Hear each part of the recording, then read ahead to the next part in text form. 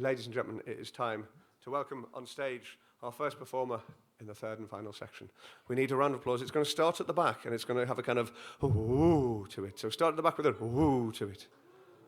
We'll bring it nearer and nearer and nearer and nearer. A whoop and cheer and holler for the one, the only Anne Jones!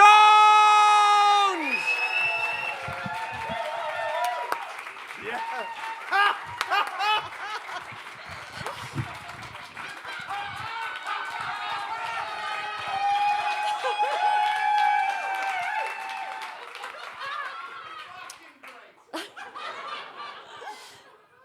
Good evening.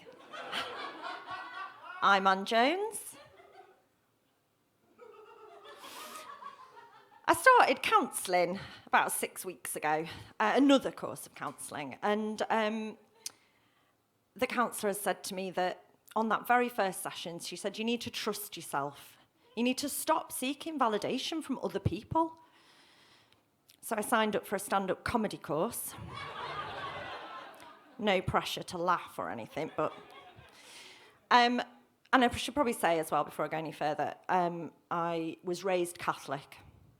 And I'm a lapsed Catholic, but there's some elements of the faith that I hold very dear. And one of the core values of Catholicism that I've held close to my heart for many, many years is that ultimately, at the root of everything, it's my fault. And I'm really, really sorry. And I think, as a woman that suffers from anxiety, having that extra bit of Catholic guilt really helps, power you through the day with nervous energy. And I think, as a woman as well, you occupy this peculiar place where you are both powerful and powerless. And a good illustration of that is recently I've done another autism assessment for one of my children. So I've already been through this once and I'm going through it again. And during the assessment, they ask you lots and lots of questions. So it starts with, how was your pregnancy? Was that normal? Did it all go all right? How was the birth? Did you bond with your baby? They don't ask the dad. Dads don't have to bond with babies. That's on the mum. And then they say, what about breastfeeding? So I find myself in this weird position where I can't walk through a park at night, but the power of my breast milk can alter the structural mechanics of a baby's brain. Fear me.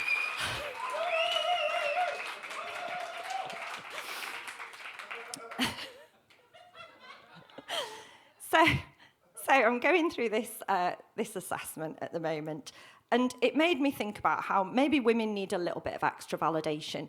And one of the things I get quite a lot is when I'm in the car and you see a woman running, like deliberately, not from someone,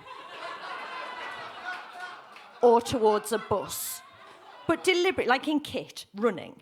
And I have this really almost overwhelming urge. I don't do it, but I've got an overwhelming urge to wind my window down and just go, go on, girl. Go on, you've got this. Go on. But I don't. And obviously, I can't do that because of the fucking patriarchy. It's not acceptable to wind your window down and shout at women. That's not on me. And I think there are loads of women who'd benefit from a bit more validation. And I think about mums in particular, mums of small babies. If you've got a baby that's less than 3 months old and you leave the house, it doesn't matter if you've got sick on your shoulder. There should be someone out there giving you a sticker or a bit of chocolate or a tenner. Just going, you got out there, look at you out the house, get in. And twins, a whole cake. Here's a cake because you left the house. And I think, in particular, I feel that because my daughter had colic. And colic, if you're unfamiliar with it, is a technical medical term for we don't know why the fuck she's crying. She just cries all the time. And she cried particularly at night. That was her favourite time to have a right good cry. And usually about 7 a.m, I'd settle her down and she'd just start to drift off in my arms, my very tired, achy arms. And I'd pop her in a cot and I'd very carefully slide my arm out from underneath so as not to disturb her.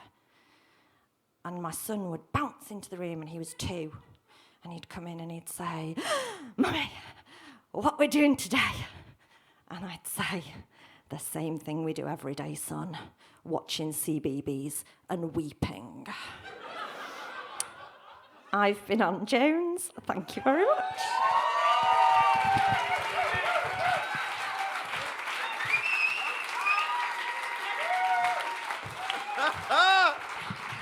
Ladies and gentlemen, Anne Jones!